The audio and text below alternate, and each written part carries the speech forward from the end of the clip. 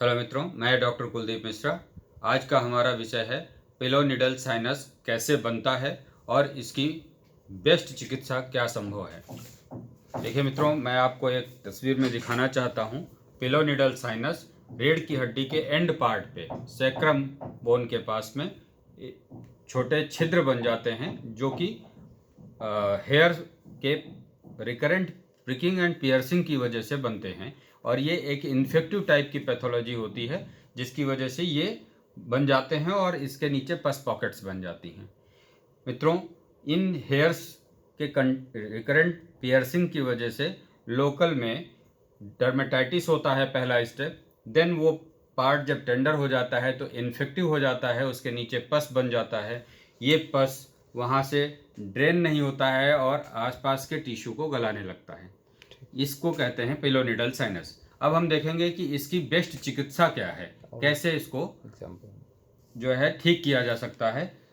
Example के तौर पे मैं आपको दिखाऊं, ये देखिए एक हेयरी स्किन के बीच में इस तरीके का एक छिद्र बन गया है जो धीरे धीरे रिकरेंट पियर्सिंग की वजह से इन्फेक्टिव टाइप हो गया है और ये इसके नीचे पस पॉकेट्स बनने लगी हैं। मित्रों, ये जब पस पॉकेट्स बन जाती हैं तो आसपास का एरिया में डिस्कलरेशन भी हो जाता है और आपको मैं दिखाऊंगा ये हेयर कैसे ट्रैप हो जाते हैं। ये देखिए, इस पिक्चर में आप देख पा रहे हैं कि ये नीचे जो पस पॉकेट बनी हुई है इसके अंदर हेयर्स की भी पिक्चर है। इसमें हेयर्स ट्रैप हो गए हैं।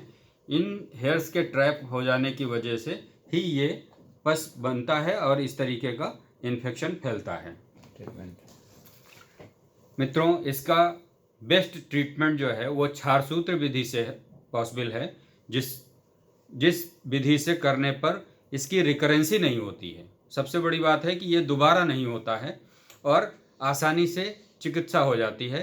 इस चिकित्सा को करवाने में आपको ना तो छुट्टी लेनी पड़ती है, आप अपने कार्य सुचारू रूप से करते रहते हैं। चिकित्सा भी ग्रेजुअली जो है चलती रहती और आप जो है एक बड़ी बीमारी से मुक्ति प्राप्त कर लेते हैं।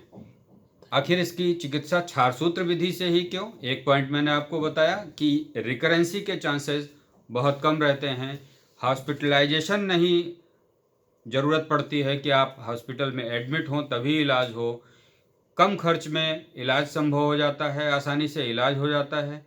इसको कराने में कोई नियर बाई स्ट्रक्चर्स अफेक्टेड नहीं होते हैं, कोई क्षति नहीं होती है आसपास के स्ट्रक्चर्स में। बहुत आसानी से लाइगेट करने के बाद धीरे धीरे करके उसमें से पस ड्रेन कर जाता है। रेगुलर क्लीनिंग रखने से धीरे धीरे पीछे से घाव भर भी जाता है, घाव सूख जाता है और दोबारा फिर नहीं होता है। Thank you.